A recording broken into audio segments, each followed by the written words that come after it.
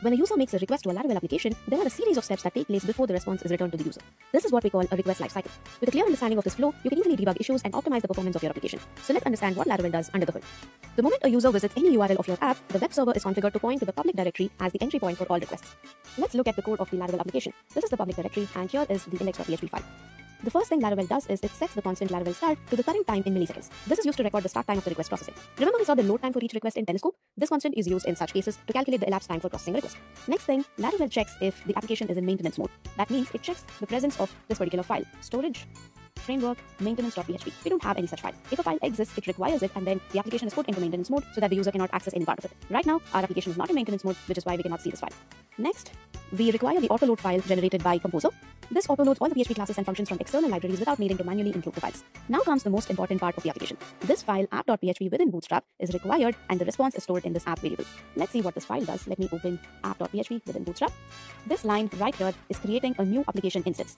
This application class is the heart of your entire Laravel project. It provides the core functionality for managing service providers, facades, routes, and middleware. Routes and middleware you already know. Service providers and facades we will see in the next few videos.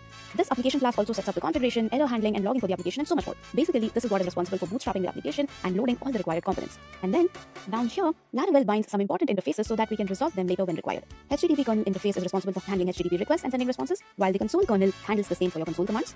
The exception handler is responsible for handling errors and exceptions and presenting them to the user in a friendly and informative way. Here, Laravel is registering singletons of all these interfaces and classes. Singletons are nothing but objects that are created only once and then shared across the entire application. So even if you try to create an object again, you get the same instance. Back in the index.php, here we are creating an instance of the app HTTP kernel class that we just registered right here. This one.